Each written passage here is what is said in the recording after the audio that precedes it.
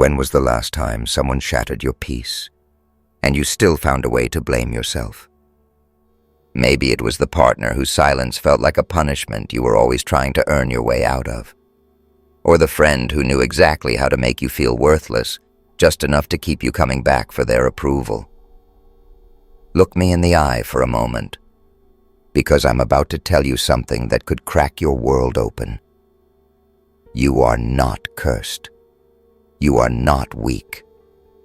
But you are playing out an ancient pattern that began long before you ever met them. In the next minutes, I'm going to reveal Carl Gustav Jung's most dangerous discovery about why you keep attracting emotional pain into your life again and again. This is the discovery that no one wants to confront, because once you see it, you can never unsee it. This isn't about positive thinking. This isn't about blaming your parents or labeling your ex as toxic. It's about understanding the dark machinery of your own unconscious mind and why it keeps pulling you back into the same suffering on an endless loop. This is the story of Mara, 31 years old, a woman who looked like she had it all together. A good job, a kind smile, a life that appeared normal from the outside. But every night, she lay awake replaying the same question. Why do I always end up with people who hurt me? What I'm about to show you will change how you see unconscious patterns and shadow projection forever. Because you are about to learn that the pain you attract is the pain you have yet to befriend. Stay until the end, because I'll reveal Carl Gustav Jung's most dangerous insight, one so unsettling that most people will do anything to avoid it. And if you stay with me, by the end of this video, you'll never look at your relationships or yourself the same way again. By the time we finish, you will understand how to break free. By the end, you'll never attract toxic people again. Mara thought she was finally safe. After years of breakups, betrayals, and empty promises, she had met someone who felt different. He listened. He showed up when he said he would. He seemed to care in all the ways she had always dreamed someone might. But 2 months later, she began to feel that old familiar dread creeping up her spine. His attention started to dim in ways that were hard to name. The texts came slower. The phone calls grew shorter. The compliments she once soaked up like sunlight turned to tiny criticisms that bruised her spirit just enough to make her question herself.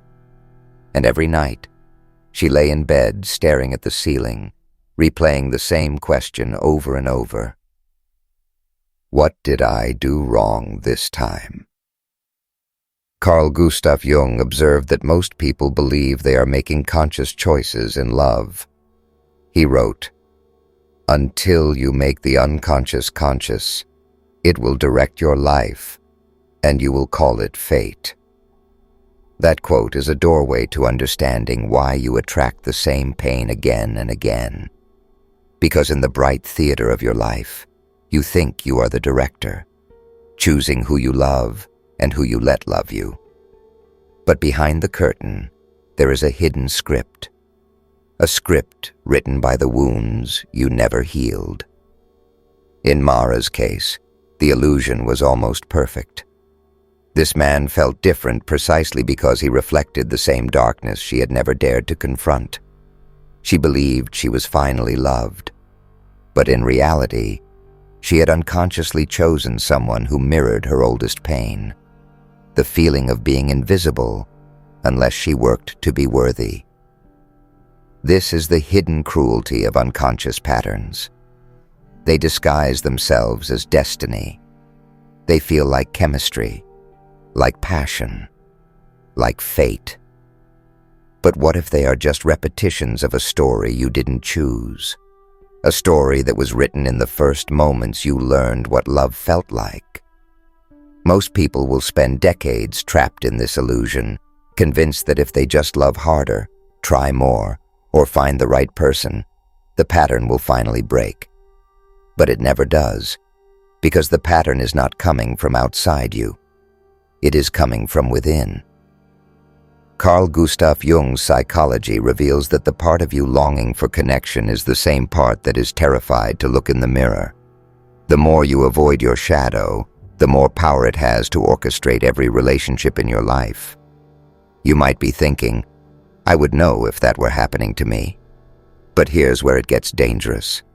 The more certain you are that you are in control, the more likely it is that your shadow is running the show. Because your unconscious doesn't care what you believe. It only cares about fulfilling its ancient compulsion to recreate what is familiar, even if that familiarity slowly destroys you.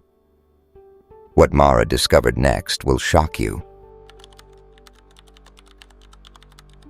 Mara thought she understood what was happening. She had read every self-help book she could find. She could recite all the advice about boundaries and red flags, but none of it explained why her heart felt like it was stuck in the same story, no matter how carefully she tried to write a new one. One evening, she sat across from her therapist, clutching a cup of cold tea she had forgotten to drink. Her voice trembled as she whispered, "I don't understand why I keep ending up here. Why does it always feel like I'm the problem?" Her therapist leaned forward and asked her a question that would haunt her. What if it's not that you are the problem? What if it's that you are searching for something you lost a long time ago? Mara didn't know what to say, but that night she went home and started reading Carl Gustav Jung's work, desperate to understand why love kept turning into suffering. Carl Gustav Jung's most controversial insight was this: the most terrifying thing is to accept oneself completely. He believed that every time you run from the parts of yourself you don't want to see, your shame, your rage, your unmet needs, you create a magnet inside your psyche. And that magnet pulls in the exact people who will help you reenact your hidden wounds, over and over. Mara felt like someone had punched the air out of her lungs. Because for the first time, she realized this wasn't about bad luck or brokenness. It was about the parts of herself she had exiled. If you don't believe this could be true for you, think about it carefully. Have you ever wondered why you are drawn to people who feel so intoxicatingly familiar? Why the same patterns of neglect or betrayal show up no matter how much you try to avoid them? Carl Jung's philosophy shows that the unconscious doesn't choose what is good for you. It chooses what is known. Because the known, even when it is painful, feels safer than the unknown. It feels safer than risking rejection or failure in a story you've never lived. Mara started to remember all the moments she had been told she was too much, too sensitive, too needy. All the time she learned to silence her own voice to avoid being abandoned. And she began to see that each person she had loved was simply playing a role in the drama her unconscious mind was determined to replay. The uncomfortable reality is this: the people you attract are not random. They are actors you subconsciously auditioned to help you face what you refuse to acknowledge. But here's where it gets dangerous. The more you deny your own darkness, the more power it has to shape your life. Because what you will not own inside yourself, you will find yourself worshipping or hating in someone else. What Mara uncovered next will challenge everything you believe about love. Mara sat alone in her apartment, the pages of Jung's writing spread across the kitchen table. A single sentence seemed to glow on the paper, so precise it felt like a knife. Everything that irritates us about others can lead us to an understanding of ourselves. For the first time, she could see the outline of the system she'd been trapped in, like a machine that had been running quietly in the background of her life. In Shadow Projection and Individuation, Carl Gustav Jung explained that the psyche is not a single, unified force. It is a collection of parts. Some you know, and many you deny. When you reject parts of yourself, they don't disappear. They simply sink into the unconscious, waiting. And from the shadows, they begin to influence everything you do, especially whom you choose to love. This is the mechanism Jung called shadow projection, the process by which you unconsciously assign your disowned qualities onto someone else. You don't just see them as they are. You see them as the embodiment of what you cannot accept in yourself. Mara began to realize how it had worked in her life. Every time she met someone unpredictable, someone whose affection felt conditional, her heart raced. Because on some hidden level, that person mirrored her own buried fear, that she was unworthy of love unless she proved herself. Shadow projection is the reason why some people feel magnetically attractive. It's why you can't stop thinking about them, even when you know they're wrong for you. They are the living reflection of the parts of you you have abandoned. Individuation, on the other hand, is the opposite impulse, the lifelong process of integrating your hidden parts so you no longer have to search for them in other people. Jung believed this was the only path to true freedom, because when you own your shadow, it loses its power to control you from the dark. Mara's stomach churned as she saw the pattern with perfect clarity. This wasn't just about her latest heartbreak. It was the same story she had been repeating since childhood, when she learned that love had to be earned by disappearing. The social mechanism is just as powerful as the psychological one, because the world reinforces your unconscious beliefs. If you think you are not enough, you will find relationships, workplaces, and communities that confirm it, over and over. And if you think you are only lovable when you are useful, you will attract people who happily consume your energy without ever feeding your spirit in return. The reason this system is so dangerous is simple. You can live an entire lifetime believing this is just who you are. You can die never realizing you were reenacting a script you did not write. But here's where it gets dangerous. The moment you see the system, you can no longer pretend you don't. You will have to decide whether you will keep living inside the machine or dismantle it piece by piece. What Mara realized next will test your courage in ways you can't yet imagine.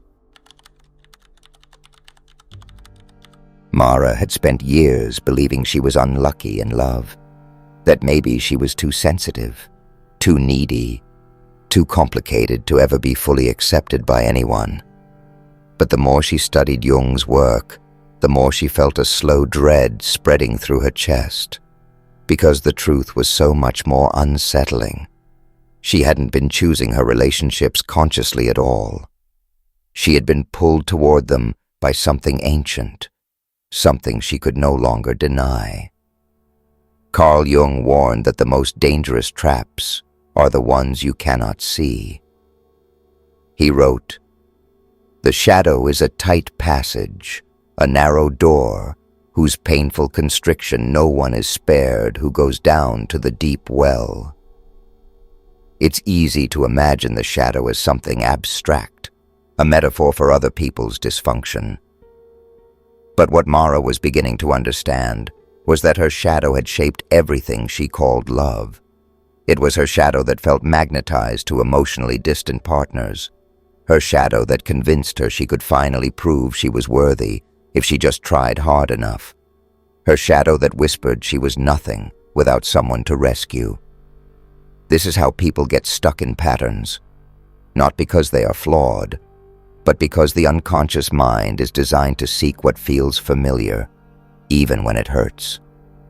Jung called this the compulsion to repeat, the secret engine beneath your conscious mind that steers you back to the same dynamics, the same betrayals, the same emptiness.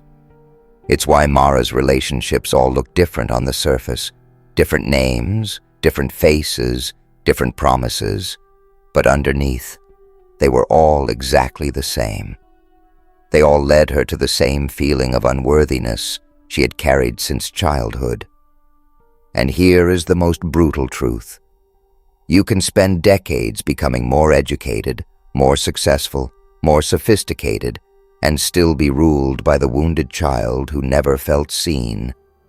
If you don't make the unconscious conscious, you will call this fate. You will say, "This is just the way it is," and you will convince yourself you are powerless to change it. Carl Gustav Jung's philosophy shows that your shadow does not care about your happiness. It only cares about completion, and it will drag you into the same relationships over and over until you finally turn around and face it. Mara felt a strange mix of relief and terror as she realized she was caught in the trap, because now she could see it clearly, but she didn't know if she was strong enough to climb out. You might be feeling something similar right now, a sinking sensation in your chest, the recognition that you too have been circling the same emotional labyrinth for years, believing it was love. But here's where it gets dangerous. Once you realize you're inside the trap, you have a choice. You can keep pretending you don't see it, or you can begin the work of breaking free, knowing it will cost you every illusion you've ever used to survive. What Mara chose to do next will redefine everything you believe about healing. Mara knew she couldn't go back to pretending. The illusion had been shattered, and there was no comfort left in blaming bad luck or other people's flaws. She was alone with the truth, and the truth was that if she didn't change, she would spend the rest of her life orbiting the same cold sun. Late one night, she read a passage that stopped her heart. Carl Jung's solution was radical. He wrote, "One does not become enlightened by imagining figures of light, but by making the darkness conscious." This was the path Mara had been avoiding her entire life. Not the easy path of affirmations or surface-level positivity, but the brutal work of turning toward her own shadow. She understood finally that if she wanted to escape the pattern, she had to stop seeing herself as the victim of it. She had to look at the hidden bargains she kept making. "I'll sacrifice my needs if you promise not to leave. I'll swallow my anger if you'll pretend to love me." It was in those silent bargains that the compulsion to repeat was born. The way out was not to find someone new to love her better. It was to love the parts of herself she had exiled, the unworthy girl, the furious teenager, the woman who longed for connection but was terrified of rejection. Jung called this the process of individuation, the integration of every rejected fragment of your personality into something whole. It is the opposite of self-improvement. It is self-confrontation, a willingness to sit in the dark with the parts of you were taught to despise. For Mara, it meant writing down every belief she carried about love and examining where it came from. It meant seeing her longing not as weakness, but as a compass pointing toward her hidden wounds. It meant grieving the years she had spent trying to earn love she never owed anyone. And it meant finally, painfully, beginning to say no. No to relationships that required her to abandon herself. No to people who offered crumbs and called it devotion. No to the story that her worth depended on someone else's approval. This is the difficult but necessary path. It will cost you your illusions. It will cost you the comfort of blaming everyone else. And it will cost you the story that you are helpless. But here's what you gain: freedom, clarity, the chance to choose relationships from a place of wholeness instead of hunger. But here's where it gets dangerous. Once you begin to integrate your shadow, you will lose your tolerance for anything less than the truth. You will no longer be able to stay in places where you must shrink to belong. And that means you will have to walk away from people, from stories, and sometimes from entire versions of yourself. What Mara did next will show you the real cost and the real power of transformation. Mara woke up one morning and knew something had shifted. There was no dramatic moment, no sudden epiphany, just a quiet certainty in her bones. She could never go back to who she was before.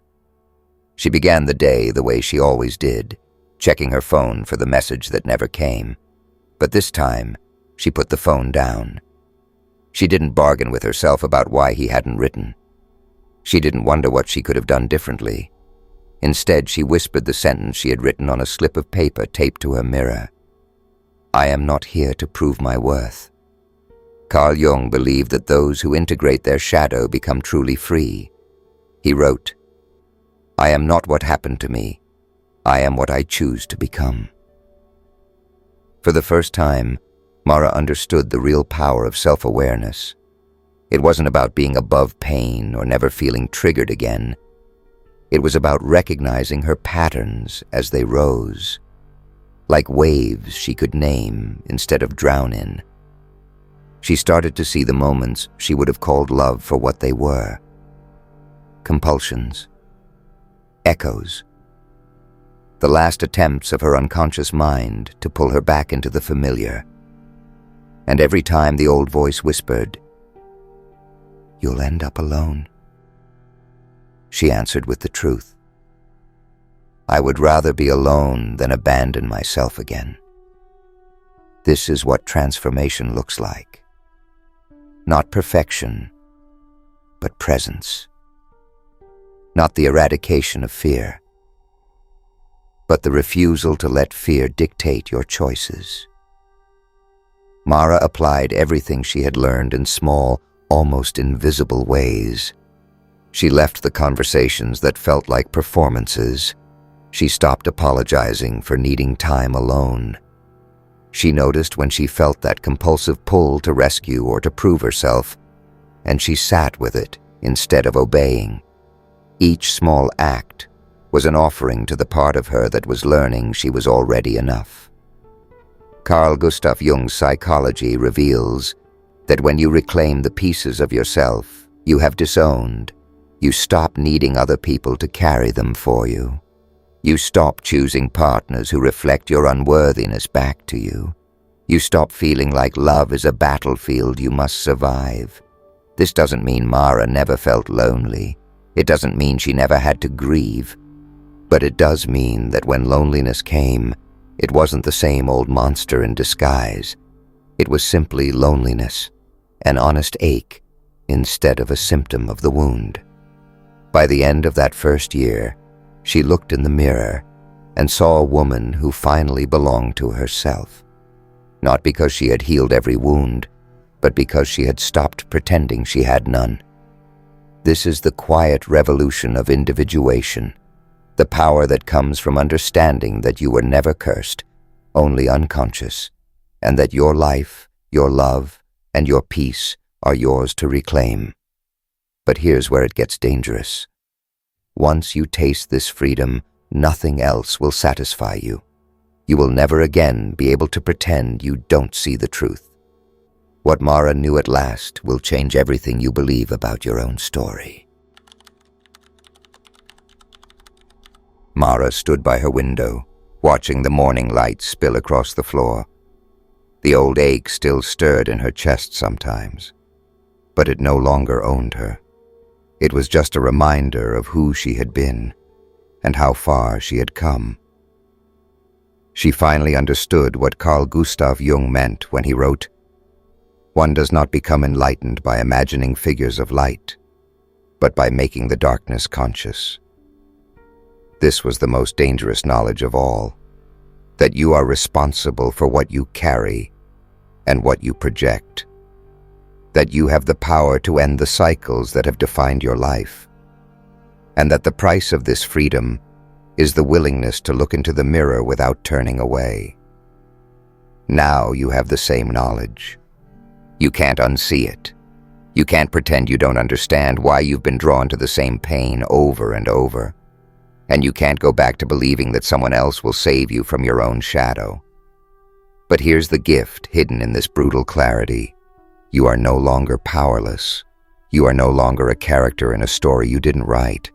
You are the author now, and nothing is more dangerous or more liberating than becoming conscious of your own life. Subscribe to this channel so you never have to walk this path alone, because this isn't just psychology. This is the quiet revolution of finally coming home to yourself and never giving that power away again.